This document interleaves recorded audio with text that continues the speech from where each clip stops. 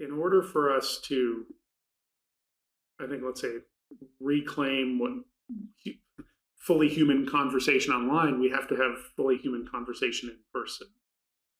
The more that we actually interact with other people, the more that we dive into deep ideas together, the more that we trust other physical, real human beings in the world, the less likely we'll be able to forget that everybody at the end of, whatever chat room you're in or whatever comment area you're in, everybody is a fully dimensional human being. What the internet is I often call it the internet is sort of society's id, right? It's the place where all the kind of stuff that we should be pushing down swells up.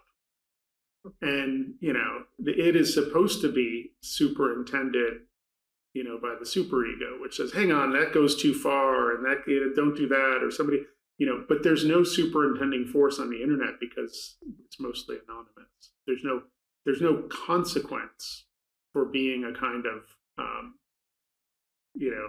for letting that darker stuff swell up, or at least not in most cases. So, we have to self-regulate. We have to be able to remember that, every voice is ultimately a human voice that we come in contact with, and that our words do have consequences. The impact on younger people is extraordinary because they've never lived outside of this kind of ambient social media environment. And this is why, my friend John Haidt has recently published his book, The Anxious Generation, which I just finished it, which is amazing, pointing out to us that this issue is going to metastasize over time. It's going to become even worse if we don't intervene.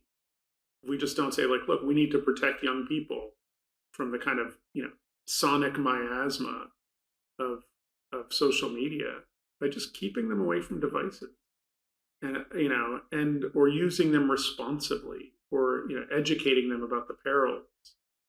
And I think I think we will see more and more of it. I mean, I think it's so self-evident to parents. I have teenagers.